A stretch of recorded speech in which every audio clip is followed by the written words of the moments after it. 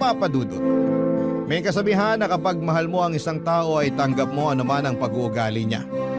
Pero may exemption yon, lalo na kung hindi na maganda ang inaasal niya.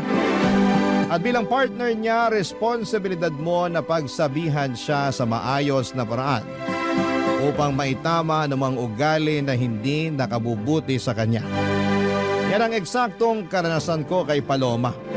Pero bago ko ipagpatuloy ang pagkukwento ay magpapakilala muna ako. Tawagin niyo na lamang po ako sa palayaw kong Mavi. 33 years old, taga Quezon City at nagtatrabaho bilang virtual assistant. Kung ilalarawan ko ang aking sarili, masasabi ko na may itsura naman ako. Malinis sa katawan at tahimik, pero kapag nakuha mo ang loob ko ay madaldal naman akong tao. Bukod doon ay mahilig din po ako mag-ipon at mag-invest, pero hindi naman ako kuripot.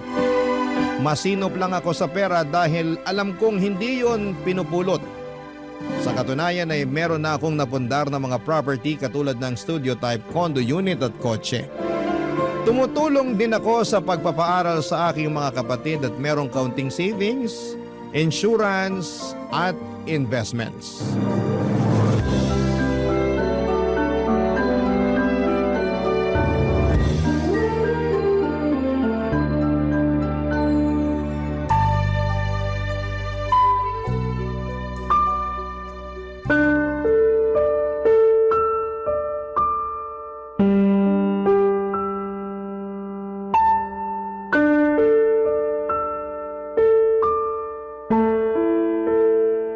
Babe, bakit mo ginawa yun? Alin ba? Yung kanina, nakalimutan mo na yata eh. Bitawan mo nga muna yung cellphone mo, mag-usap muna tayo. Pwede naman tayong mag-usap habang nire-replyan ko tong kaibigan ko, di ba? Saka ano bang pag-uusapan natin? Tapos na rin naman na yun. Kaya ako nga tinatanong kung bakit mo ginawa yun. Nakakahiya. Wala akong pakialam kung nakakahiya na pinatulan ko yung pinsan mong epal. Ang tagal ko nang nagtiis sa pagpaparinig niya sa Facebook na social climber ako ganito-ganyan. Sumusobra na siya. Kaya ayun, nung nakita ko siya kanina sa party, di na ako nakapagtimpi. Lalo patingin-tingin pa siya. Patingin-tingin pang gagat, bubulong-bulong pa sa mga kasama niyang mukhang hipong katulad niya. Babe naman. Huwag ka sa akin magalit. Hindi mo ba narinig yung sinabi ko? Narinig ko, pero di pa rin tama na hindi ka nagtimpi. Yung pinsan mong pagsabihan mo kasi sumusobra na siya. Bala ko rin talagang kausapin yung pinsan ko. Pero meron ka bang ebidensya na ikaw talaga yung pinariringgan niya sa Facebook? Hindi mo ba nababasa yung mga post niya? Hindi ako madalas mag-Facebook. Tsaka may nabasa ako isang beses pero wala namang binanggit doon na pangalan mo. Meron ba? Wala. Oh, wala naman pala eh. Pero alam ko patama sa akin yun kasi tinatamaan ako eh. Saka alam nating lahat na unang beses pa lang na pinakilala mo kami sa isa't isa, mainit na talaga ang dugo niya sa akin. Akala yata ng gagang yun hindi ako mapagpatol. Akala ko rin hindi ka mapagpatol. Kaya di mo ko masisisi kung bakit ako nagkakaganito. Ako yung hiyang-hiya kay tita kasi sa birthday party pa talaga ng pamangkin namin kay Umexena. Buti na lang mabait si tita dahil mas pinili niyang pagpasensyahan kayong dalawa kaysa masira yung araw. Pero grabe, nakakahiya talaga kayo. Wala na akong magagawa dyan. Meron naman eh. Sana masinabaan mo pa pasensya mo. Sana imbis na awayin siya na nakikita ng iba, kinausap mo na lang sa isang sulok para di na kayo nakagawa ng eksena. Sana bago ka nagdesisyon ng ganun nagsabi ka sa akin para ako na mismo yung kumausap sa pinsan ko. Boyfriend mo ako, di ba? Oo nga, boyfriend kita. Pero paano ko masasabi sa'yo, busy ka sa pakikipagtawanan mo sa mga kaibigan mong lalaki? Nakakahiya naman na istorbuhin ka, di ba? Bakit ka mahihiya? Wala namang kaso yun, lalo mahalaga naman yung sasabihin mo. Basta! O ano? Sasabihin mo na naman na hindi mo akalain na papatol pala ako? Pwes, sorry kung hindi ako perpekto. Paloma naman, hindi ganyan ang ibig kong sabihin. Tsaka wala namang pinanganak na perpekto sa mundo, di ba? Oo, pero yun ang pinapalabas mo at yun ang nararamdaman ko. I'm sorry. Sorihin mong mukha mo, masama yung loob ko sa'yo. Bakit naman? Alam mo naman yun, tatanong-tanong ka pa. Dati ka bang baliw? Ano ba namang klaseng pananalita yan? Ay, sorry kung na-offend ka. Buti pa iwanan mo na lang ako rito sa room. Gusto ko mapag-isa. Pumunta ka na lang muna sa pamilya mo, baka hinahanap ka na nila At pag nakita mo yung pinsan mong epal, sabihin mo hindi ko siya aatrasan kahit saan kami abutin. Masyado ng mapapel. Tupiin ko siya sa 8 dyan eh. Papadudot 6 na buwan na kaming magkarelasyon ni Paloma at pinakilala siya sa akin ng kaibigan ko. Nagustuhan ko naman siya agad dahil nasa kanya na halos lahat ng tipo ko sa isang babae. Noong bago pa lamang kami ni Paloma ay napakatahimik niya at mahiyain. Pero habang tumatagal ay nagiging madaldal na siya at kung ano-ano na ang bagay ang ginagawa niya. Isa na nga doon ang pagiging palaaway at palapatol niya sa lahat ng bagay. Hindi lang naman ang pinsan ko ang pinatulan niya. Mahilig din siyang makipagbangayan online at mag-comment ng kung ano-ano sa isang post. Kaya nga hiyang-hiya ako sa nangyari sa birthday party ng pamangkin ko. Buti na lang at hindi palaaway ang pamilya namin kaya pinagpasensyahan at pinalagpas na lamang nila ang ginawang eksena ng girlfriend at pinsan ko. Pero humingi ako ng dispensa at sa kabilang banda ay kinausap ko ang aking pinsan tungkol sa akusasyon ni Paloma. Bagay na pinabulaanan naman niya. Mas lalo lang tuloy akong na-stress sa kanilang dalawa, papadudot. At wala rin naman akong gustong kampihan kaya nga naggalit at nagtampo sa akin ng girlfriend ko. Pero makaraan papadudot ang ilang araw ay nagkabati naman kaming dalawa.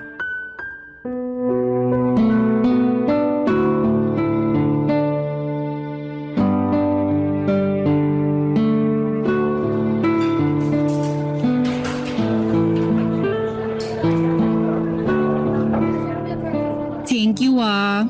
Saan? Sa panlilibre mo sa akin. Nung nakaraang araw pa ako takam na takam sa burger at fries na to. Alam mo namang hindi ako basta-basta makakabili ng cravings ko dahil magkukulang yung sahod ko para sa pamilya ko. Oo, alam ko yun. Tsaka maliit na bagay lang naman tong panlilibre ko. Boyfriend mo ako, di ba? Sana sinabi mo na nung nakaraan ka pa pala nagka-crave rito para nabilhan kita. Hindi na, nahihiya rin kasi ako sa'yo. Ikaw naman? Totoo naman yun. Lagi ko kasing naiisip na ikaw yung taya sa mga labas at gala natin. Ay, kailan kaya ako makakapag-ambag ng mas malaki-laki ano? Pag nakaluwag ka na. Pero saka mo na yun isipin. Sabi ko nga boyfriend mo ko at ako ang lalaki sa relasyon. Walang kaso sa akin na maglabas ng pera kung para rin naman sa'yo. Thank you. Pero kainis talaga maging mahirap. Hirap na akong magtipid at magpigil na unahin ang sarili ko dahil sa pamilya ko. Buti sana kung thankful sila sa akin.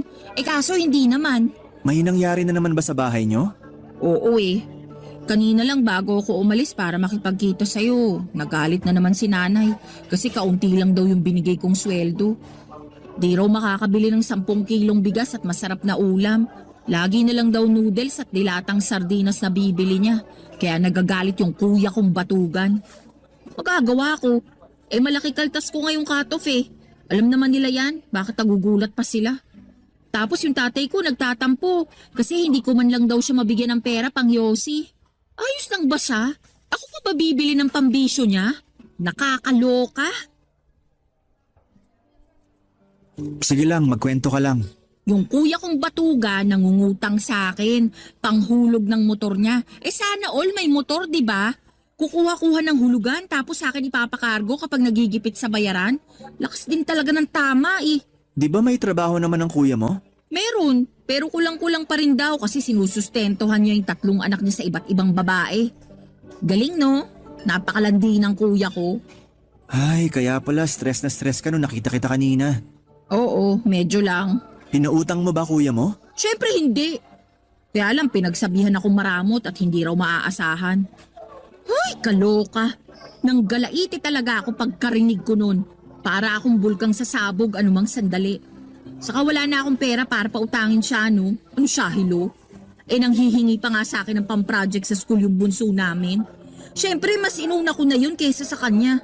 Grabe rin talaga yung kuya mo. Wala na sa lugar ang mga pinagsasasabi. Lahat sila ganun sa bahay. Ay! Siguro maliban na lang sa bunso namin. Kasi bata pa yun. At yun lang yung kasundo ko. Kaya lang, mas lamang talaga ang stress ko sa pamilya ko. Lalo pag wala na kaming pera. Ang unfair lang din talaga dahil malakas pa naman yung parents ko pero ang kukupad. Mula nang magkatrabaho ako, umasa na talaga sila sa akin. Hindi na naawa na nagkakandakuba na ako sa pagtatrabaho para lang buhayin sila. Uy, napakamalas ko talaga. Alam mong hindi totoo yan. Totoo yon. Mahirap lang talaga paniwalaan kasi hindi ikaw yung nasa posisyon ko. Di tulad ko, solo mo pera mo, di ba?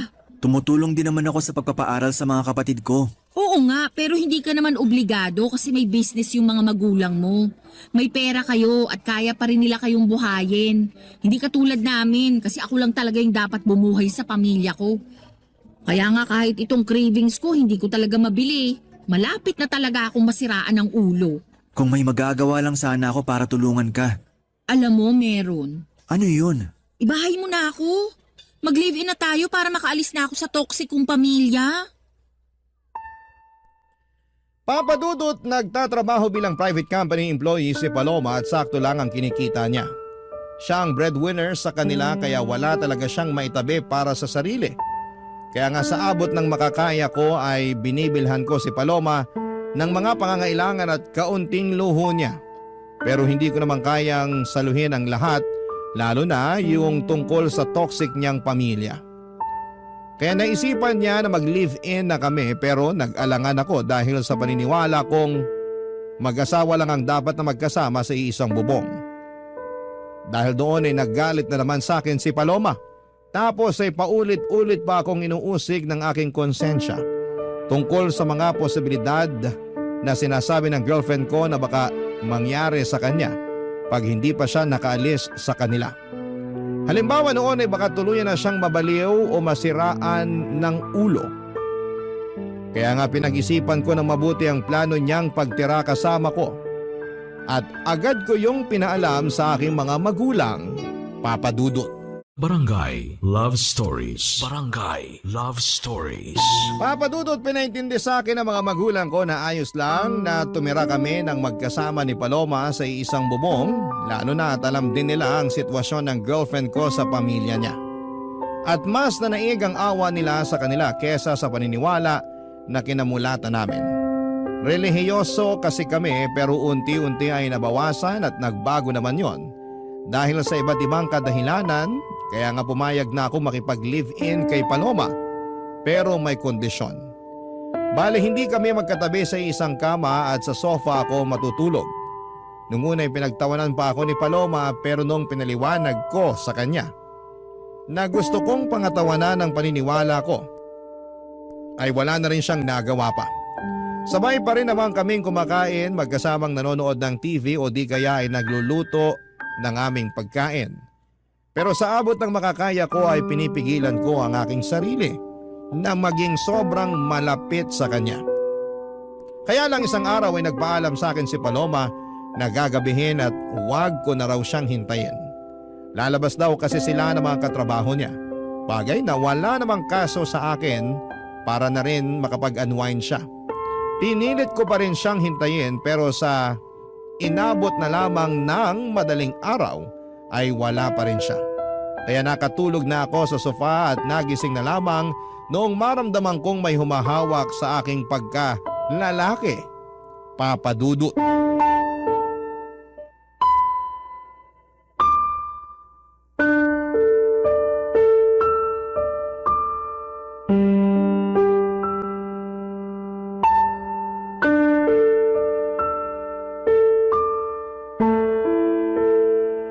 Sabi gusto mo rin talaga? Kunwari ka pa? Paloma, anong ginagawa mo? Bakit mo ko hinihipuan? Sobra ka naman sa hinihipuan. Baka nakakalimutan mong girlfriend mo ko. Hindi ko nakakalimutan yon. Alam kong girlfriend kita pero totoo namang hinihipuan mo ko. Bakit? Di mo ba nagustuhan? Hindi. Kasi alam mo naman yung paniniwala ko pagdating sa bagay na yan, di ba? Oo, at nakakabwisit ka. Bakit ka nabibwisit? Napag-usapan na natin to, di ba? Sabi mo naiintindihan mo ko. Kahit tinawanan mo muna ako at inasar-asaran nung una. Totoo namang sinubukan kong intindihin. Pero habang tumatagal, pakorni ka na ng pakorni eh. Kalalaki mong tao, nagpipigil ka nandito na tayo oh. Magkasama na tayo sa iisang bubong. Ba't di mo pa ako sunggaban at samantalahin? Naririnig mo ba yung sarili mo? Naman, tingin mo sa akin, bingi? Hindi, pero nakakagulat na sa katulad mo pa talagang babae galing yung mga salitang yun. Girlfriend mo naman ako at boyfriend kita. Tingin mo sasabihin ko yun sa ibang lalaki? Ano ako, gaga? Kahit na, hindi pa rin tama na ganyan ka magsalita. Irespeto mo naman ang sarili mo. Nire-respeto ko yung sarili ko, no? Saka masyado kang sensitive at makalumang tao kung umasta. Tingin mo ba may maniniwalang walang nangyayari sa atin ay nakatira tayo sa iisang bubong? Wala naman talagang nangyayari sa atin, di ba? At kung walang maniwala, hindi ko na problema yun. Basta alam ko sa sarili ko na ginawa ko yung sa tingin ko tama. Alin? Yung sakalang mag-aano kapag kasal na? Oo, Corny mo talaga. Nagsisisi na tuloy ako na sinagot kita. Masyado kang ewan eh. ikaw yung masyadong ewan. Anong sinabi mo? Alam mo na nung una pa lang ayaw ko. At iniiwasan ko makipag-live-in sa'yo hanggat di pa tayo kasal. Pero gusto mo na kamo para makaalis ka na sa pamilya mo. Pumayag naman ako, di ba? Okay lang din sa pamilya ko. Ibig sabihin nag-adjust ako para mapagbigyan yung gusto mo. Salamat sa pag-a-adjust mo. Pero baka nakakalimutan mong may hiningi ka ring kondisyon. At yun yung hindi tayo magtabi sa kama sa pagtulog. Tama ka. At pumayag ka naman, di ba? Papaalala ko lang sa'yo. Pumayag nga ako pero ewan ko sa'yo. Hindi naman malaking pabor yun. Umasa ako na naiintindihan mo pinanggalingan ko. Pero mukhang nagkamali ako matapos mong gawin yung bagay na ginawa mo kanina lang. Bakit ba big deal pa rin sa'yo na hinipuan kita? Mukhang gusto mo rin base sa reaksyon ng ano mo kanina. Hindi ko gusto. At natural na reaksyon lang ng katawan yun. Di ko yun mapipigilan. Sus, natural na reaksyon daw. Totoo naman eh. Para kang tanga. Kalalaki mong tao, ikaw pa yung iwas ng iwas sa ganyan. Hindi ako sanay Daig mo pa yung babae kung umasta. Nasasaktan ako sa mga sinasabi mo sa akin. Kinumpara mo pa ako sa iba. Sensya na, pero ano magagawa ko? Sinasabi ko lang kung ano yung nasa isip ko. Hindi lahat ng naisip mo dapat mong sabihin. Lalo na kung makakasakit ka lang din ng kapwa. Di ka lang pala makalumang tao, balat sibuyas ka rin. Ay nako, ewan ko sa'yo Paloma. Mas ewan ko sa'yo, pakaarte mo. Babae na nga yung lumalapit sa'yo, ayaw-ayaw ka pa dyan. Sure na ba yan? Sige na, try lang natin. Please lang, tigilan na natin tong usapang to. Nakainom ka eh. Mabuti pa matulog ka na dun. Inaantok na rin ako. Uy, kainis ka talaga. Para kang ewan. Siguro ayaw mo lang talaga sa akin, no? Alam mong hindi totoo yan. Ewan ko sa'yo. Papadudot kahit na masama ang loob ko kay Paloma dahil sa ginawa niya ay mas masama pa rin ang loob niya sa pagtanggi ko sa kanya. Hindi naman kasi ganun yon, hindi sa ayaw ko siya pero iniiwasan ko lang talaga na may mangyari sa amin lalo na at hindi pa kami kasal. Alam ko baka tawagin niyo kong hipokrito at nagmamalinis dahil magka-live-in na kami ni Paloma pero ginagawa ko lang ang alam kong tama at nararapat gawin bilang isang lalaki. Kaya lang ay hindi yon maintindihan ni Paloma at gulat na gulat ako sa ugali niyang yon. Lalo pang nadagdagan ang sama ng loob ko nang insultuhin niya ako at ang paniniwala ko. Pero alam ko na meron lang din siyang pangangailangan kaya nagawa niya ang bagay na yon. In short ay pinatawad ko si Paloma at pinalagpas ko ang mga nangyari. Doon ko na naisip na mag-propose ng kasal sa girlfriend ko, bagay na walang pasubanin niyang tinanggap. Papadudot mahal ko si Paloma at masaya ako dahil ikakasal na kami. Kaya lang ay makalipas ang isang linggo ay merong nangyari, papadudot.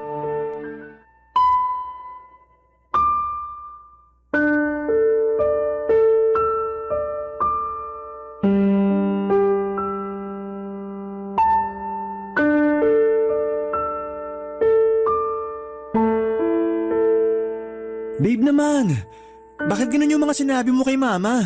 Naalin ba? Na feeling ko nagkukulang ka na sa akin kasi hindi mo nabibigay pangangailangan ko? Na-stress na ako pero hindi ka makaramdam? Di mo man lang ako matanong kung anong gusto ko o kung saan ko gustong pumunta para mag-relax? Buti pa yung ibang babae, mahal na mga jowa nila. Pero ako ewan ko na lang talaga. Mahal kita. At kaya ko lang naman di nagawa yung mga sinabi mo dahil naging busy ako sa trabaho. Tapos wala pa akong energy pagkatapos kasi drained na drained ako. Drain na drain din naman ako at kitang-kita na yun sa mukha ko. Tingnan mo nga 29 years old pa lang ako. Pero nagkaka-wrinkles na ako. Ang oily na rin ang mukha ko, halatang hindi na naaalagaan. Paano ko pa magagawa yun kung mas gusto ko na lang na matulog pag uwi ko rito sa unit mo, no? Buti ka pa nga kahit papano nagagawa mo pang mag-gym. Nito lang naman ako nagpa-member sa gym na malapit sa atin. Para may magawa rin akong iba bukod sa typical kong ginagawa, di ba? Tsaka niyaya kita. Baka sabihin mo diyang hindi. Niyaya mo nga ako, pero nag-iisip ka ba nung ginawa mo yun? Oo naman. Anong ibig mong sabihin? Feeling ko kasi hindi. Kasi kung nag-iisip ka, maiisip mong pagod na ako sa maghapong pagtatrabaho sa opisina. Tapos yayayain mo pa talaga ako mag-workout? Yun lang kasi naiisip kong paraan para kahit paano magkaroon ka naman ng exercise. Lagi mo kayang nirereklamo sa akin na masakit na likod at puwet mo kauupo sa opisina nyo. Tapos sabi mo pa, ang taba-taba mo na kaya naisip ko what if magpamiyembro tayo sa gym para makapag-workout ng sabay, di ba? Tsaka maganda rin yung benepisyo ng exercise, hindi lang sa katawan kundi maging sa isip na rin.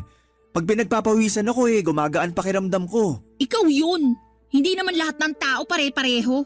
Baka imbes gumaan ang pakiramdam ko pag ginawa ko yung sinasabi mo, di na ako makapasok sa opisina kinabukasan dahil sa sakit ng katawan. Sabihin mong hindi nung unang 3 araw mo na nag-workout, hindi ka nga makabangon kasing sakit-sakit ng katawan mo. Maswerte ka lang talaga kasi work from home ka kumusta naman ako, di ba? Bakit ba napunta doon yung usapan? Ang issue rito yung pagrarant mo kay mama. Lumabas pa tuloy na pinababayaan kita. O bakit, hindi ba? Sa kamama ko na rin siya, lalo't magiging asawa na kita. Kanino ako magrarant? Sa lola mo, patay na yun. Paloma naman! Totoo naman patay na lola mo, di ba? Oo, pero di mo na kailangan banggitin yung tungkol doon. Para ka namang ewan Kung ano-ano na lang sinasabi mo. Siyempre, may bibig ako kaya may sasabihin talaga ako. Ang akin lang naman sana, ako yung una mong kinausap para nalaman ko't na itama kung may maliman. At nagawa ng paraan yung mga pagkukulang ko sa'yo. Yan tayo Gusto mo talaga sinasabi sa'yo yung dapat automatic ng ginagawa mo? Natural. Kaya ka nga may bibig para makapagsalita, di ba? Ikaw may sabi niyan kani-kanina lang. Ano pang silbi niyan kung di mo gagamitin sa tama? Ay, sumusobra ka na talaga. Ako pa yung sumusobra. Ikaw tong parang ewan dyan. Tsaka tayo yung nasa relasyon kaya dapat sa atin pa lang inaayos na natin yung issue. Hindi na kailangan malaman nila mama. Tsaka na lang pag di na talaga natin kayang ayusin. Ano na lang sasabihin nila? Na hindi ako marunong magdala ng relasyon? Na pinababayaan kita, ganun ba? Alam natin na hindi yan totoo. Kasi mahal kita, Paloma. Papadudot aaminin kong hindi ako natuwa dahil nakarating pa sa mama ko ang mga reklamo ni Paloma. Para sa akin, ako ang unang tao na dapat niyang kausapin tungkol sa bagay na yon at hindi ang mga magulang ko. Nakakahiya kasi lalo na at meron rin silang sariling problema para problemahin pa ang mga reklamo ng girlfriend ko. Kaya nga hiyang-hiya ako sa mama ko dahil sa nangyari. Pero at the same time ay thankful din kasi pinayuhan niya ako kung ano ang dapat gawin upang maging mas maayos ang relasyon namin ng girlfriend ko. Tapos ay sinamantala ko na rin ang pagkakataon na kausapin si Paloma at ipaunawa sa kanya na hindi totoong pinapabayaan o tinitipid ko siya. Kung nabawasan man ang oras at pera na naibibigay ko sa kanya ay dahil lamang nag-iipon ako na para sa pangkasal namin. Kaya lang ay ewan ko ba sa girlfriend ko kung bakit pakiramdam niya ay pinagdadamutan ko siya. Para wala ng away ay ako na lamang ang nag-adjust. Sa abot ng makakaya ko ay binigay ko ang mga gusto ni Paloma, Papadudot. Barangay Love Stories. Barangay Love Stories. Papadudot, makalipas nga ang isang buwan ay gulat na gulat ako nang sabihin sa akin ni Paloma na nag-resign na siya sa kanyang trabaho. Ni hindi kasi niya nabanggit sa akin na may plano na pala siya na umalis. Basta sinabi lang niya na ayaw na niyang magtrabaho dahil nabuburyo at napapagod na raw siya. Pero sa kanya pa rin humihingi ng sustento ang pamilya niya. Kaya problemado siya kung paano makapagbibigay sa kanila. Kaya ako ang umako ng responsibilidad na yon dahil magiging pamilya ko na rin naman ang pamilya niya. Pero labis talaga akong nahirapan at nabigatan sa buhay noong nadagdagan ng responsibilidad na nakaatang sa aking mga balikat. Kahit na nakakaluwag ako noong una ay umabot ako sa punto na halos masaid ang savings ko. Dahil sa mga hingi at bigay para sa pamilya ni Paloma. Dahil po sa mga nangyari ay nagsabi ako sa parents ko na baka hindi muna ako makatulong para sa pagpapaaral ng mga kapatid ko, bagay na nauunawaan naman nila. Nag-offer pa nga sila na pahiramin ako ng pera sakaling kailanganin ko. Sobrang bait ng mga magulang ko kaya naman hiyang-hiya ako sa kanila. Doon ko na naisipang kausapin si Paloma tungkol sa sitwasyon pero meron namang ginawa ang magaling kong girlfriend, Papa Dudut.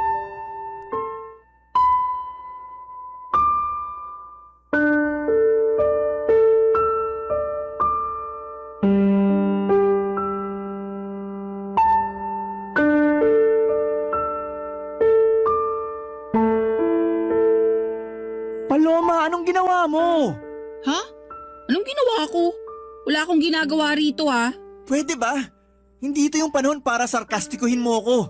Seryoso yung tanong ko sa'yo. Kasi nalaman ko lang naman na ang damit ang laki ng utang ko sa bangko. Oh, problema ko ba yun kung ikaw naman pala yung may utang? Ako nga. Kasi sa akin nakapangalan yung credit card na ginamit mo, kakaswipe sa mga bagay na gusto mong bilhin. Bakit ka nagagalit? Nakalimutan mo bang pinahiram mo sa akin yung credit card mo? Para ka mo may magamit ako kapag may gusto akong bilhin? O ayan, ginamit ko lang kasi nga may bibilin ako, di ba? Pero di ko naman akalain na aabot ng ganun kalaki yung magiging utang ko sa credit card. Ano bang pinagbibili mo, ha? Mga bag. Alam mo namang gustong-gusto ko ng mga bag, lalo na yung mga branded. Sawang-sawa na kasi ako sa mga pipitsugin at class A. Gusto ko yung pangrampa naman. Yung mapapasabi talaga ng wow yung mga makakakita. At saan ka naman nararampa? Lagi ka namang andito sa condo unit. Grabe ka naman. Lumalabas din naman ako kasama ng mga dati kong katrabaho, lalo tuwing Biyernes ng gabi. Siyempre, kailangan ko rin ng social life dahil baka mabaliw na lang ako rito sa condo mo, no?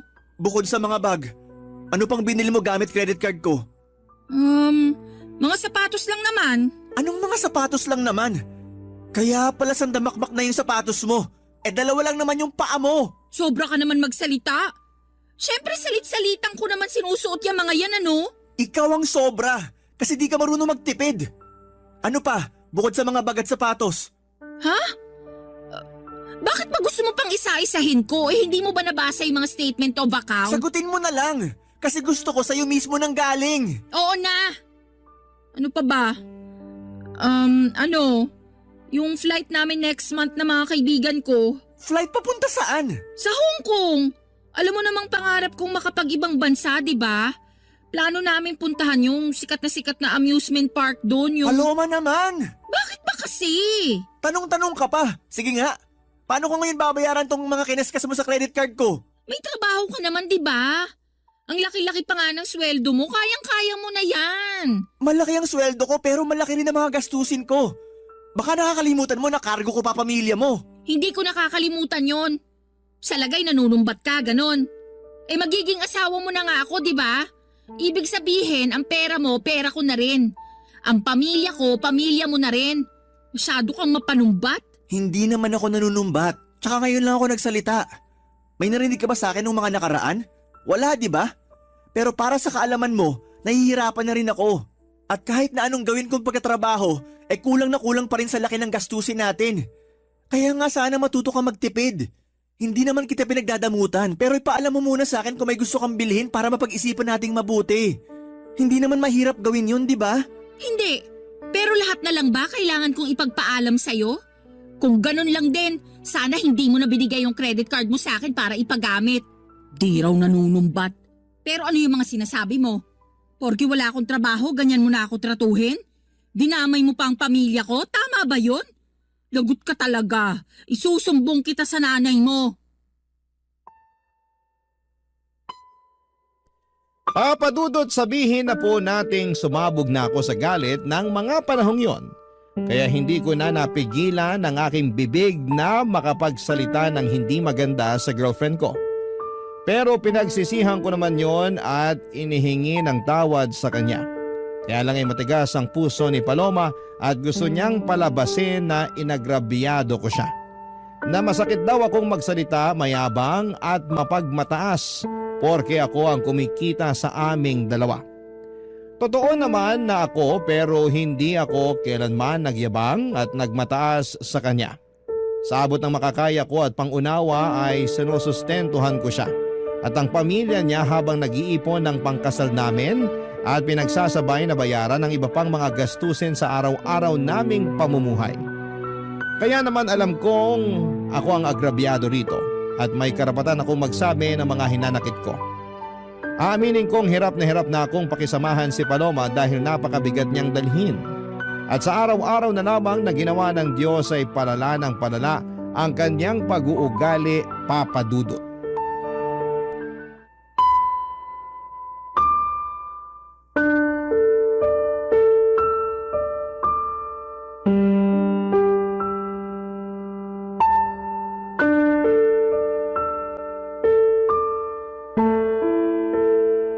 Babe, ano na naman bang ginawa mo?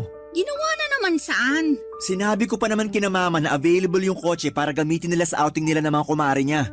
Para lang malaman na wala na sa parking yung sasakyan ko.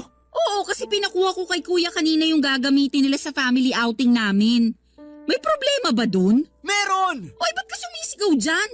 Nakakaaburido ka naman eh. Nakuha mo pa talaga magtanong at maaburido? Eh ako nga dapat na magsabi niyan. Kasi natulog lang ako, tapos pagising ko wala na yung kotse ko. Hindi mo ba narinig yung sinabi ko? Pinagamit ko kay kuya kasi magsiswimming daw sila nila nanay at tatay sa kanong kapatid ko. Hindi na nga ako sumama dahil meron ako masakit puson ko, hindi ko rin mai-enjoy. Wala akong pakialam sa outing ng pamilya mo kasi kotse ko naman yon. Tsaka di mo rin ba narinig sinabi ko? Papagamit ko dapat kay mama yung sasakyan ko, pero wala na. Ano na lang gagamitin nila, di ba? Problema ba yun?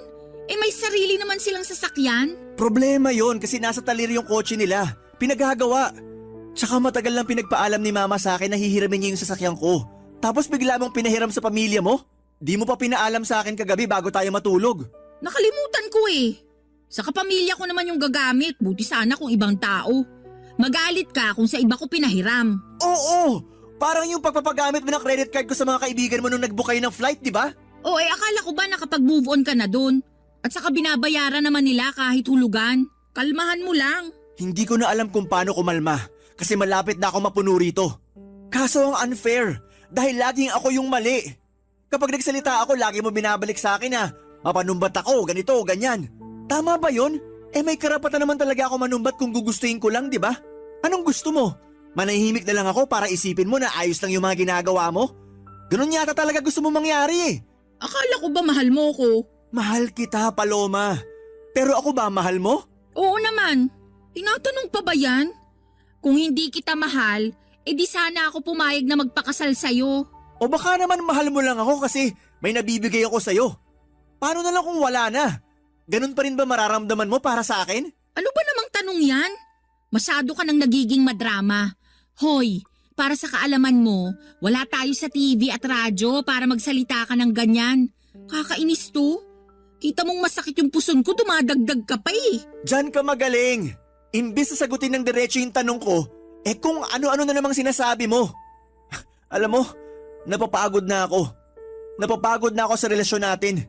Napapagod na ako sa'yo at sa pamilya mo. Anong ibig mong sabihin? Hindi ka talaga makahalata, no? Di ka rin marunong makiramdam. Sarili mo lang mahalaga sa'yo. Kaya paano pa ako nakakasiguro na mahal mo nga ako? Nang dahil lang sa kotse na pinahiram ko sa kuya ko, nagkakaganyan ka na? Ang malala, nag-historical ka pa talaga. Inungkat mo lahat Saka kung sa usapang pagod lang naman, mas pagod kaya ako sa'yo. Pagod ka saan? Sa relasyon natin? Oo, kasi pakiramdam ko kinokontrol mo ko. Ipapaalala ko lang sa'yo hindi pa tayo mag-asawa. At kahit mag-asawa na tayo, wala ka pa rin karapatang diktahan yung buhay ko. Bigla ko tuloy na miss maging malaya. Yung walang iniisip o pinoproblemang mababaw na issue. Sige, simula sa araw na to, malaya ka na. Ha? Anong sabi mo? Sabi ko simula sa araw na to, malaya ka na. Kasi nakikipaghiwalay na ako sa'yo. Tapos na tayo. Papa Dudut, nagmakaawa pa sa akin si Paloma na bawiin ko ang pakikipaghiwalay ko sa kanya. Pero naging matigas ako ng mga panahong yon. Kahit na apektado na ako sa pag-iyak at paghingi niya ng paulit-ulit na sorry, ay tinatagan ko ang sarili ko upang tiisin siya.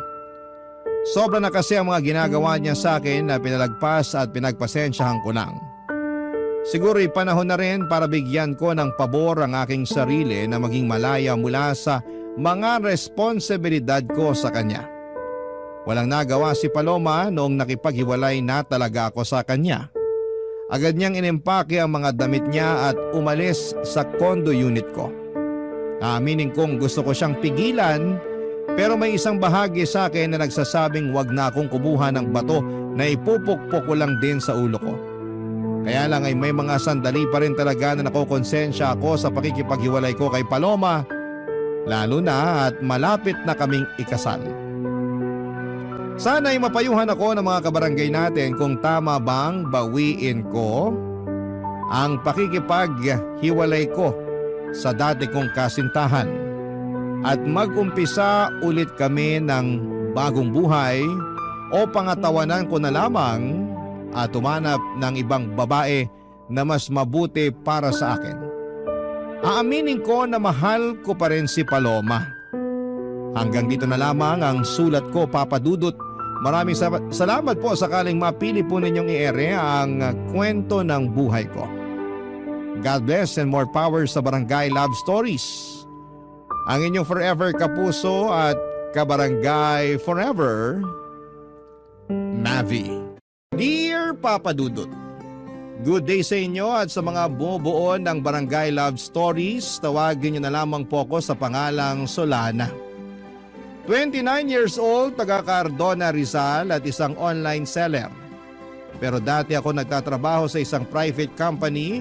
Sa kasalukuyan ay buntis ako sa first baby namin ng husband ko, pero meron na akong unang anak sa ibang lalaki. Panati ko talaga ako ng programa ninyo, Papa Dudut, at hanggat maaari ay wala akong kinakaligtaang episode sa radyo. Kumbaga ay hindi kumpleto ang pananghalian hanggat hindi kami nakatune in kay Papa Dudut. Tapos isang araw ay naisipan kong magpadala ng sulat sa inyong programa upang marinig ko namang umere ang sarili kong kwento. Kahit naman paano ay merong makukuhang aral at inspirasyon ang mga kabarangay natin sa mga karanasan ko sa buhay. Magsisimula ang lahat taong 2023 kung saan ay sa edad kong 27 years old ay gustong-gusto ko nang mag-asawa. Kaya lang ay wala pa nga akong boyfriend noon, bagay na nakadagdag pa sa aking frustration. At palagi ko yung sinasabi sa aking nanay, Papa Dudut.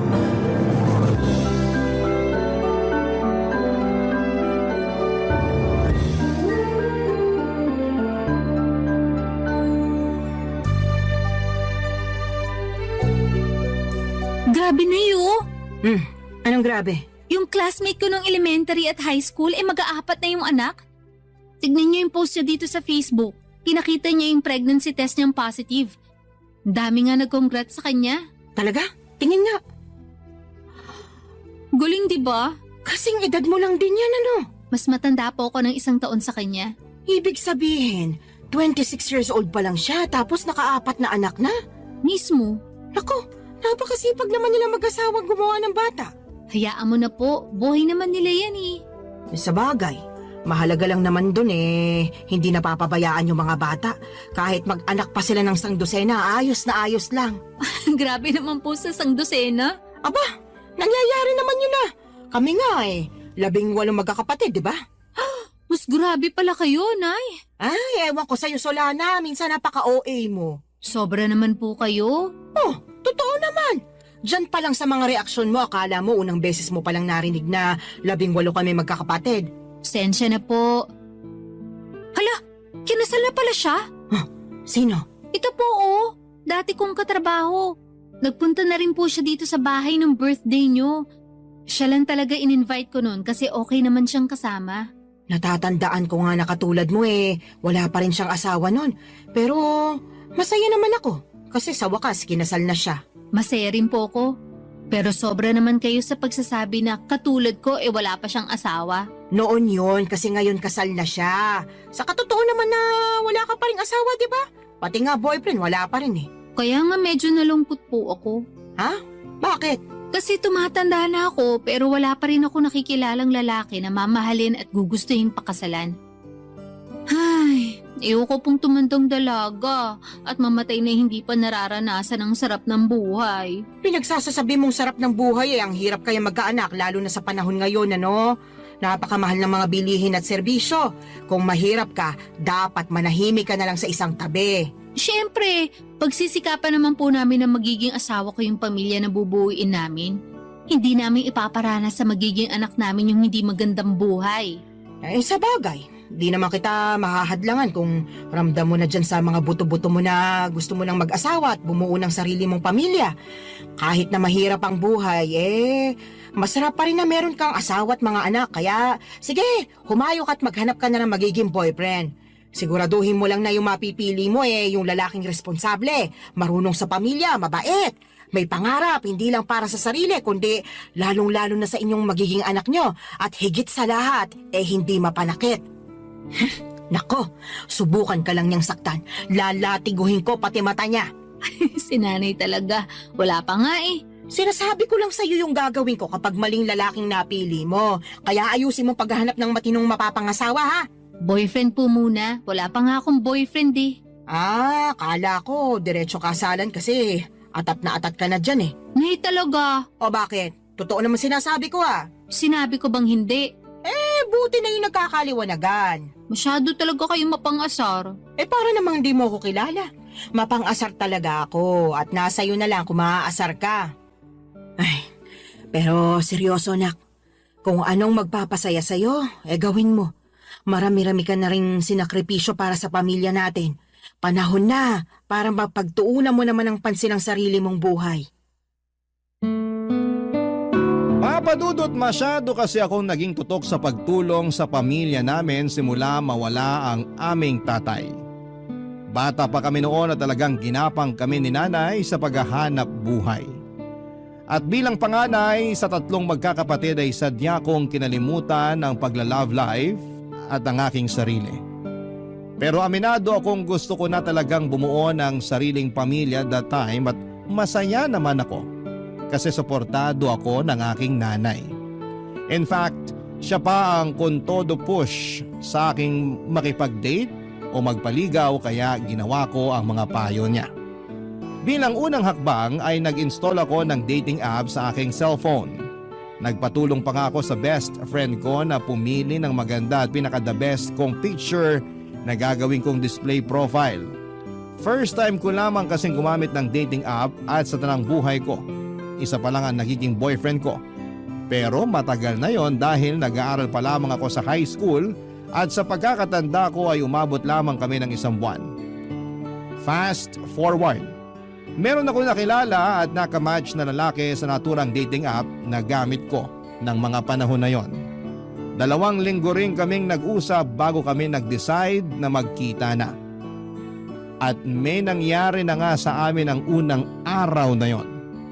Kaso makalipas ang 1 buwan at kalahati bigla na lamang siyang naglaho na parang bula, papadudot.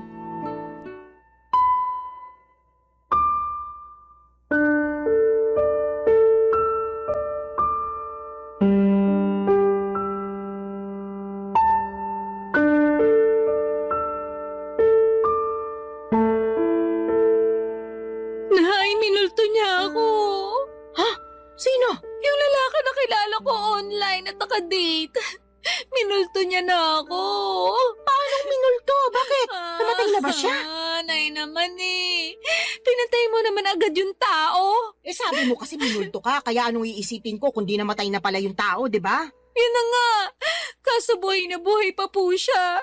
At ang ibig sabihin ko sa minulto, naglaho na lang siya bigla na parang bula. Bigla na lang siyang hindi nagparamdam. Hindi ko na matawagan. At hindi na rin siya nagre-reply sa mga text ko. Naku, minulto ka nga. Sumalangit nawa. Nay naman eh. Sabi mo sa akin, nagkakamabutihan na kayo, di ba? Opo. Akala ko rin papunta na kami sa pagiging mag-boyfriend-girlfriend kasi okay naman yung date namin. Nagsabi pa nga siya na plano niya akong ligawan at pumayag naman ako. Kaya lang... Kaya lang ano? Nawala siya bigla pagkatapos siya makuha sa akin yung pagkababae ko. Hala ka. Ibig mo sabihin, sinabi mo ng perlas ng silanganan? Opo. Ako nalintikan na. Teka, Nay, nasusuka ako. Ay, sinasabi ko na nga ba? Pumunta ka doon sa lababo. Doon ka sumuka. Naku. Ay, hindi kaya buntis ka? Pwede po ba yun? Oo naman. May nangyari sa inyo kamo. Tapos nagkakaganyan ka. Malamang buntis ka. Niregla ka na ba? Hindi pa nga po eh. Mag-iisang linggo na. Nalintikan na talaga. Paano nga po kung buntis ako? Ano nang gagawin ko? Bigla akong tinakasan ng tatay ng anak ko.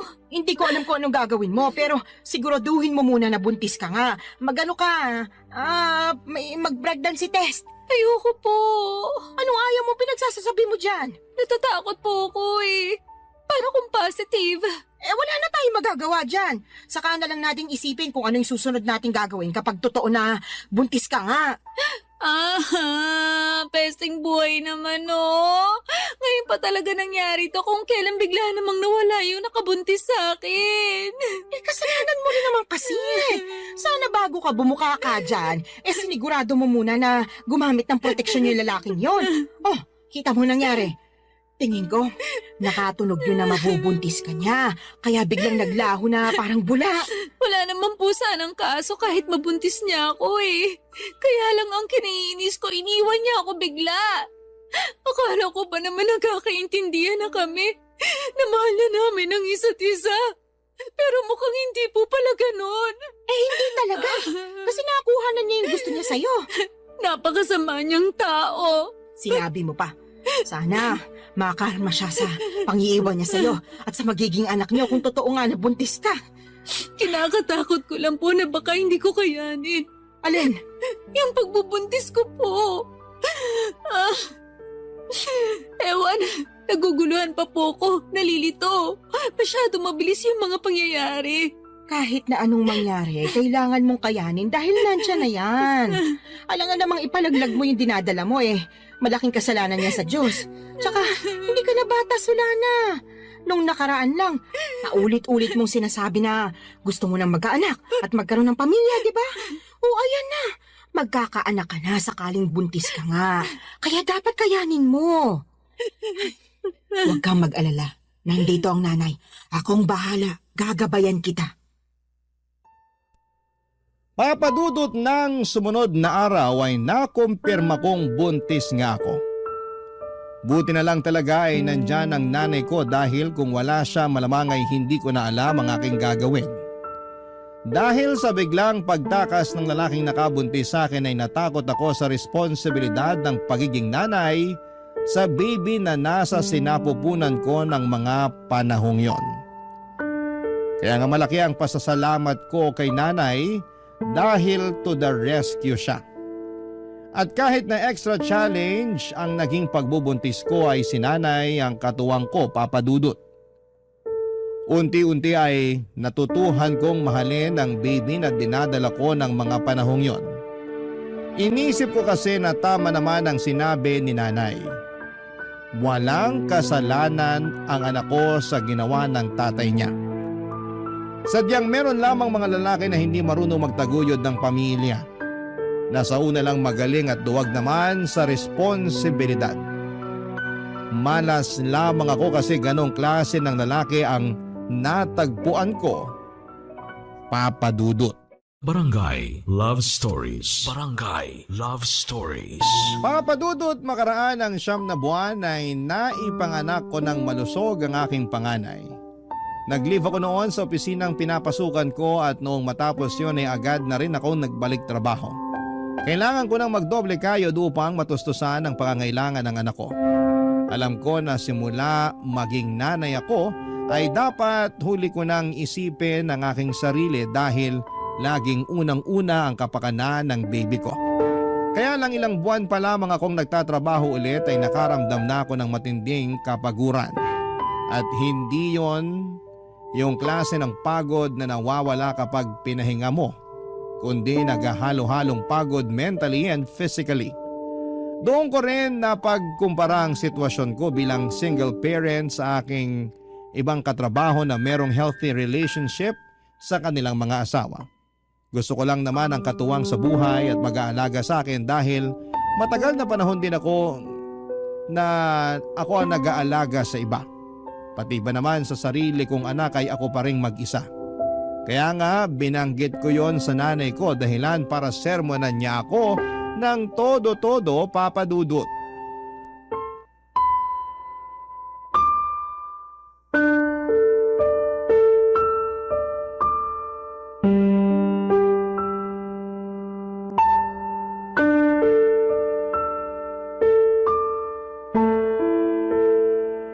Nay, pagod na po ako. Kapag nasa opisina ako, hindi ako makapag-concentrate. Lagi akong lutang at nakatulala.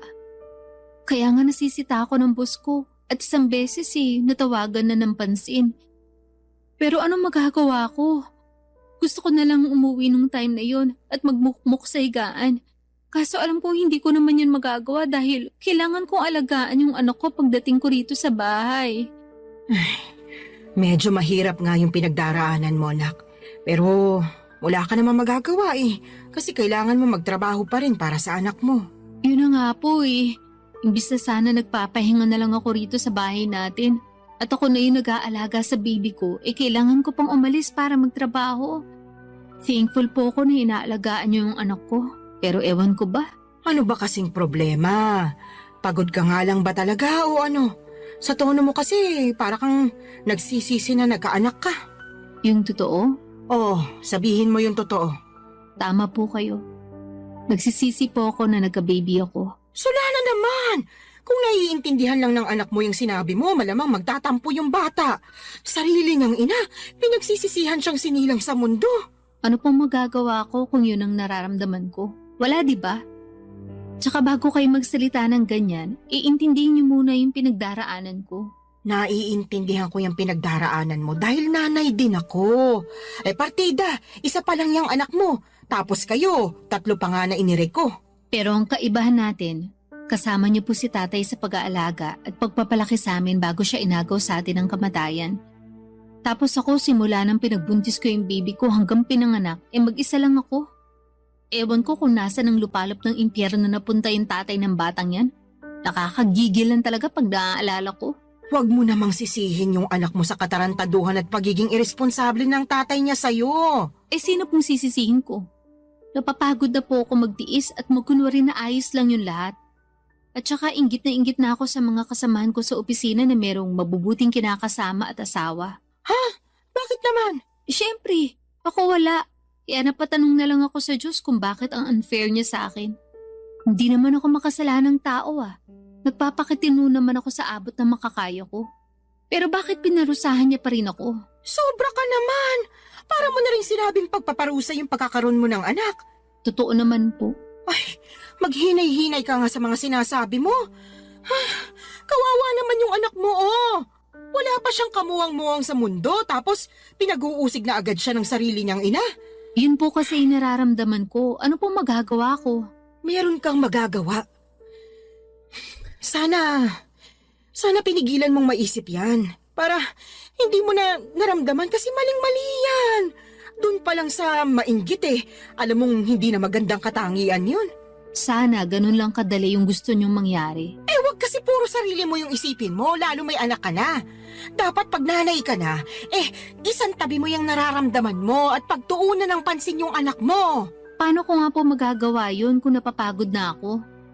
Ay, sana talaga hindi na lang ako pumayag na ituloy yung pagbubuntis sa batang yan. Aray ko! Bakit niyo ako binatukan, Nay? Nagtatanong ka pa talaga kung ano-ano yung sinasabi mo dyan. Kinabutan ka nga! Hindi naman kasalanan ng apo ko na nabuo siya dahil sa kapusukan niyo Tapos sasabihin mo na sana hindi mo na lang tinuloy yung pagbubuntis mo sa kanya? Sumusobra ka na talagang babae ka! Papa Dudut, doon ko mas napagtanto ng husto na mahirap maging single parent at kung may choice lamang akong baguhin ang kapalaran ko ay gagawin ko. Oo, mahal ko nga ang anak ko pero nawawalan pala ng saysay ang lahat pag nanaig na yung labis na pagod. Tinanim ko sa isipan ko na ang aking anak dapat ang priority ko bago ang sarili ko, pero mas nanaig sa akin ang kagustuhan na makatagpo ng lalaki na magiging katuwang ko sa buhay at mag-aalaga sa akin bilang kapareha niya at kung loloobin ay may bahay. Kaya nga nagsimula ulit ako makipag-usap online kahit na inuusig pa rin ako ng aking konsensya at ng mga sinabi ni nanay. Naiintindihan naman daw niya ako pero nandun pa rin yung sermon niya tungkol sa dapat mas pagtuunan ko ng pansin ang aking anak bago ang sarili ko. Para sa akin ay hindi niya talaga ako nauunawaan. Hindi nagtagal ay meron akong nakausap na lalaki sa dating app at mabilis lang din kaming nagkapalagaya ng loob, Papa Dudut.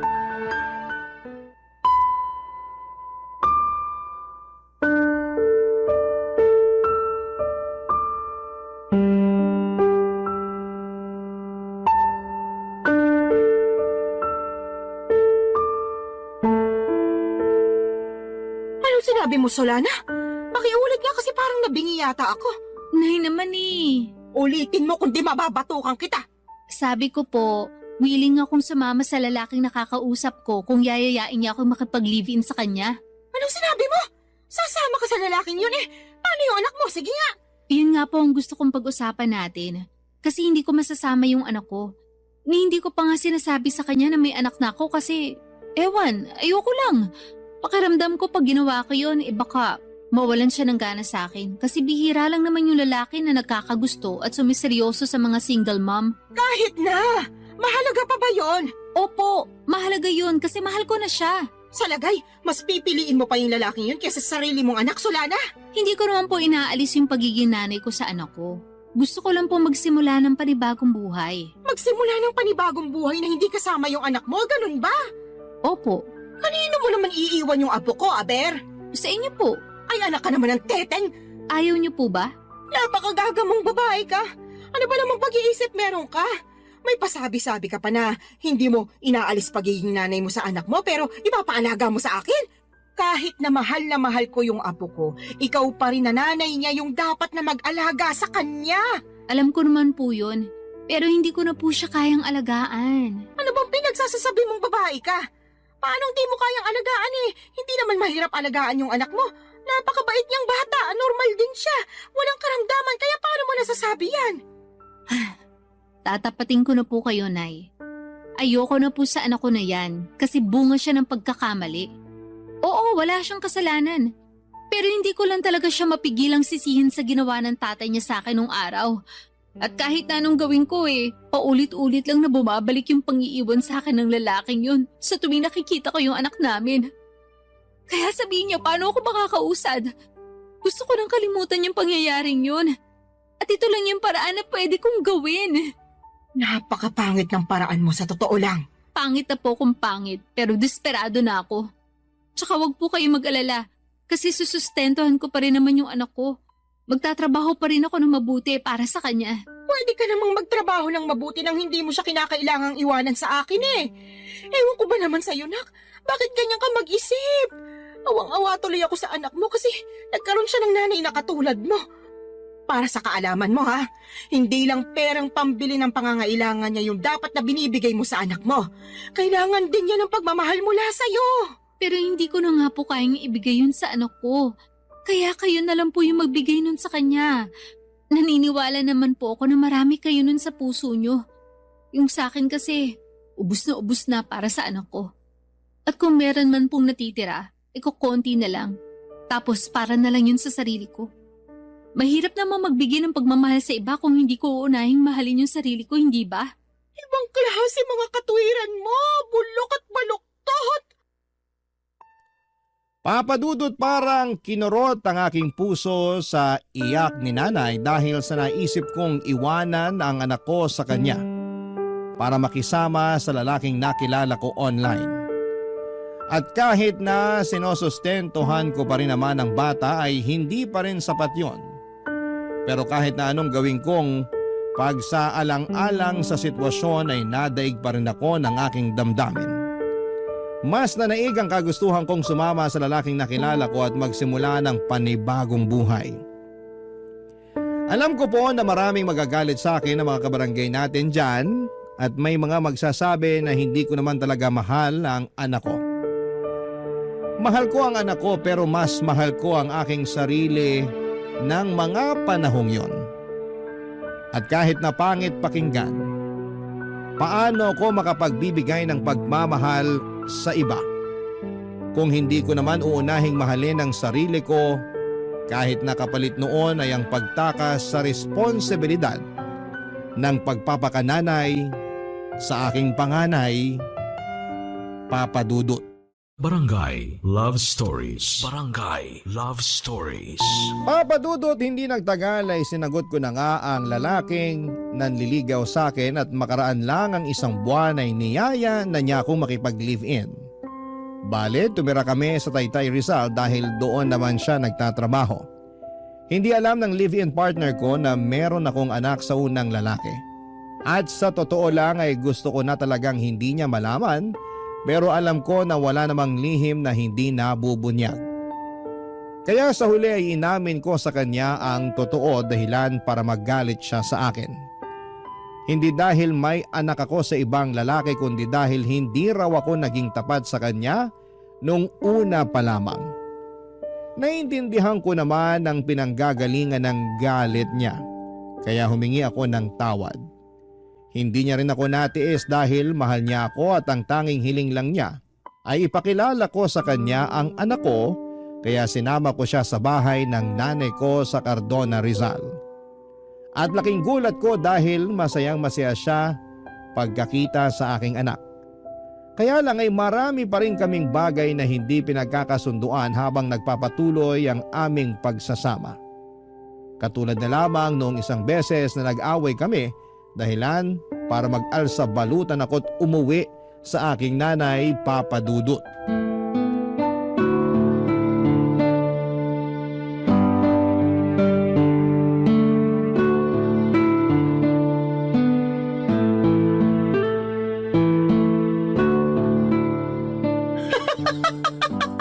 Ano nga ulit yung dahilan ng away niyo, anak? Sinabi ko na po, di ba? Paulit-ulit kayo eh. Hindi ko nang mapigilan. Bakit ba? Kaya sabihin mo na kasi ulit. Sige po, pero last na to ha. Feeling ko kasi inaasar nyo lang ako eh. Sige na, ano nga ulit yung rason? Bakit ka nag-alsa balutan paalis sa inuupahan niyo at umuwi ka rito sa atin? Nag-away po kasi kami nung kinakasama ko dahil binuksan ko yung delata ng paborito pala niya tapos inulam ko. Dilata lang pala, tapos pinag-awayan niyo na. Grabe, hindi ako makapaniwala para kayong mga bata. Hindi ko naman po kasi Ay, sinasadya naku. na mabuksan yun. At saka siya naman may sabi na mag-ulam na lang daw ako ng delata dahil hindi nga siya nakapagluto. Nagkataon na overtime ako sa work. Tapos siya naman nagbago oras ng shift niya. Kaya umalis siya na maaga. Syempre bilang wala na ring lakas magluto pa, naisip ko nga magbukas na lang ng delata. Ano ba kasing delata yon? Sardinas ba? Corned beef po, yung medyo mamahali na brand. Hindi mo ba alam na paborito niya yon? Alam ko po na paborito niya yun. Pero hindi ko naman akalain na magagalit siya sa akin ng gusto dahil lang sa dilatang yun. As in, galit na galit siya. More on, tampo na para bang batang nagmamaktol yung lolo niyo. Akala mo kung sinong inapi. Ginising pa talaga ako para pagdabugan matapos niya makitang nasa basurahan na yung delata na inulam ko kagabi. Nagkataon na isang piraso na lang yun tapos plano niya raw ulamin pag uwi niya. Anong ginawa mo pagkatapos? Syempre, nagalit din ako kasi para siyang tanga. Kagigising ko lang nun tapos naalimpungatan pa ako sa sigaw niya. Tapos bubungaran niya ako ng sermon kesyo ganito ganyan. Aba, hindi rin po ako nagpatalo. Kaya sinagot ko siya para ipagtanggol yung sarili ko. Hanggang sa lumala na yung away namin at nakapagsalita na kami ng hindi maganda sa isa't isa. Hindi ko na po nagustuhan yung mga sinabi niya. Nilayasan ko na siya. Pambihira talaga mga kabataan ngayon. Maliit na bagay pinalalaki kaya dumarami yung hiwala yan eh. Alam ko naman po na mababaw lang yun. Pero nasobrahan eh. Kung kinausap niya lang sana ako na maayos, baka lumabas pa ako at binilan siya ng paborito niyang delata. Di sana wala kaming problema. Hindi sana kami nagkasakitan sa mga sinabi namin sa isa't isa. Kaya lang hindi ganun yung nangyari. At hindi ko kayang intindihin na ganun siya umusta porque paborito niya yung dilatang kinain ko nang hindi sinasadya. Tama rin naman yung mga sinabi mo. Dilata lang naman yun. Kaya nga po. Tsaka sobrang sama lang talaga ng loob ko sa kanya. Sa dinami-rami ng tao na magsasalita sa akin ng ganun, siya pa talaga. Ayun, hindi na ako nakatiis, kaya nilayasan ko na siya. Hindi talaga maiiwasan yung pagkakaroon ng hindi pagkakaintindihan sa relasyon. Pero sana, huwag niyong hayaan na sirain ito yung pagsasama ninyo. Tama rin na umalis ka doon para makapag-isip-isip kayo pareho. Magpalamig ka muna rito habang malayo kayo sa isa't isa, pero huwag niyong patagalin yung away ninyo. Hindi yun maganda. Ewan ko, Nay. Mahal ko naman po siya pero masakit talaga mga sinabi niya sa akin. Biruin niyo, sabihin ba naman ako matakaw kasi naubos ko rin yung dilata niya? Gutom na nga ako noon. Kahit naman ako na gutom, baka maubos ko rin yon. Yun na nga po. Medyo sumobra lang siguro yung reaksyon ng kinakasama mo para lang sa isang delata. Sa lagay, mas matimbang pa yung pagmamahal niya sa paborito niyang pagkain kesa sa'yo na kinakasama niya. Tumpak ka dyan, Nay. Naku, pag pumunta yun dito, makakatikim talaga sa akin yun ng sermon. Salamat po. Ay, hindi lang pala siya kundi kayong dalawa. Bakit naman po ako nasali dyan? Syempre, pareho kayo nasa relasyon At gusto ko lang ipaintindi sa inyo na hindi na kayo bata para pag-awayan yung ganong klase ng mababaw na bagay. Ay, umayos kayo, kundi pag-uuntugin ko na talaga kayo. Papa Dudut, alam ko naman na mababaw lang ang dahilan ng pag-aaway naming yon. At pwede namang maayos kaagad kung may isa sa amin na magpapakumbaba. Pero pareho na kaming kinain ng matinding emosyon. Noong araw ding yon ay pinuntahan ako at sinundo ng kinakasama ko sa Cardona at nakipagbati sa akin. Humingi rin siya ng sorry kay nanay dahil naabala pa namin siya. Pero ayos lang naman sa nanay ko, sa halip ay pinayuhan niya kami na pag-usapan ng mga bagay-bagay at huwag na huwag agad paiirali ng galit. Kaya nga ginawa namin ang lahat para ayusin ang pakikipagkomunikasyon sa isa't isa para hindi na maulit ang mga nangyari.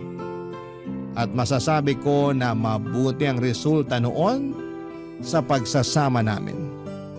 Meron pa rin namang mga misunderstanding pero mas alam na namin kung paano yon ayusin.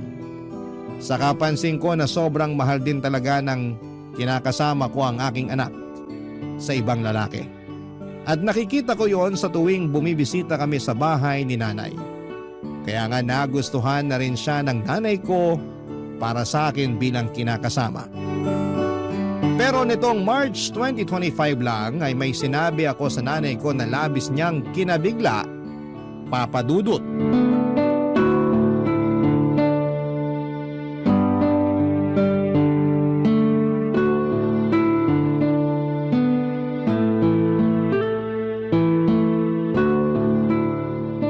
Nay, may sasabihin po ako sa inyo. Pero huwag kayong mabibigla Depende kung sasabihin mo maganda ako matagal ko nang alam yon. Puro kayo biro. Sa tingin mo nagbibiro ako? Nakakasakit ka ng damdamin Siyempre, maganda po kayo. Kanino pa po ba ako magmamana kundi sa inyo lang, di ba? Yan, sige, utuin mo pa ako. Ano ba kasi yung sasabihin mo at may pasabi-sabi ka pa ng wag akong mabibigla? Tungkol po sa amin ang kinakasama ko. Ang totoo, niyaya niya na ako magpakasal kahit sa West lang daw po muna. Para lang magkaroon na ng basbas yung pagsasama namin. Talaga? Naku, mabuti naman! Anong sinabi mo? Pumayag ka ba? Siyempre, opo. Tuwang-tuwa nga ako Ako rin tuwang-tuwa kasi sa wakas ikakasal ka na, nak. Dati-rati, pangarap mo lang yung maikasal tapos ayan na, mangyayari na. Kaya nga malaki talagang pasasalamat ko sa Diyos. Kasi dininig niya yung panalangin ko, nabigyan niya ako ng matinong lalaki. Yung magiging asawa ko, magiging tatay ng mga anak namin at makakasama ko hanggang tumanda kami. At nangyari na nga yun. Buti na lang naging matyaga ka sa paghihintay. Opo, pero may isa pa po pala akong sasabihin. Meron pa bukod sa sinabi mo na ikakasal ka na? Ganun na nga po. O sige, ano ba yon? Pinag-usapan po namin ang kinakasama ko. Nakukunin na namin yung anak ko at isasama sa inuupahan namin. Gusto po niya na isang buong pamilya na kami at handa naman siyang ampunin yung bata para siya na ang kilalaning ama. Ayos lang po ba sa inyo yun? Siyempre ayos na ayos sa akin. Hindi po ba kayo malulungkot kasi mapapalayo na kayo sa apo nyo? Ano bang klaseng tanong yan? Natural malulungkot ako. Pero sino ako para ipagkait sa apo ko na magkaroon ng tatay at nanay sa kanyang paglaki, di ba? Kaya nga malaki talaga yung pasasalamat ko dyan sa kinakasama mo kasi mahal na mahal yung anak mo. Tingin ko nga, mas mahal niya pa yung apo ko kaysa sa'yo eh. Mahal ko rin naman po yung anak ko. Pero aminado ko naging gagalang ako sa pagdedesisyon nung araw. Sa totoo lang, matagal ko nang pinag-iisipan na kunin yung anak ko para ako na yung mag-aalaga sa kanya. Gusto ko pong bumawi sa lahat ng pagkukulang ko bilang nanay niya. Siguro hindi pa naman po huli ang lahat, di ba? Hindi pa naman talaga. At suportado kita sa gusto mong mangyari. Basta ipangako mo na hindi mo na ibabalik sa akin yung apo ko kasi bigla ka na lang napagod magpakananay sa kanya ha. Hindi laruan niyang anak mo para sa kaalaman mo. Meron siyang damdamin. Tsaka baka gabaan ka na kung gagawin mo pa yun sa kanya. Hindi ko na nga po ulit gagawin yun sa anak ko, Nay. Pangako po yan. Huwag ka sa akin mangako. Sa anak mo ikaw mangako. At patunayan mo yon. Mahalin mo siya ng husto. Iparamdam mo na lagi kang nandyan sa tabi niya bilang nanay niya. Ipaglaban mo siya sa lahat ng pagkakataon. Lagi mo siyang piliin sa kahit na anong sitwasyon. At kahit na magkaroon pa kayo ng mga anak nung kinakasama mo, huwag mong hayaan na mabaliwala yung panganay mo. Tandaan mo, Solana ha. Wala siyang kasalanan sa ginawa sa iyo ng ama niya, kaya huwag mo siyang sisisihin. Opo, Nay. Naiintindihan ko po lahat ang mga sinabi niyo at tatandaan ko po yun. Sige, mapapanatag na ako kung ganon.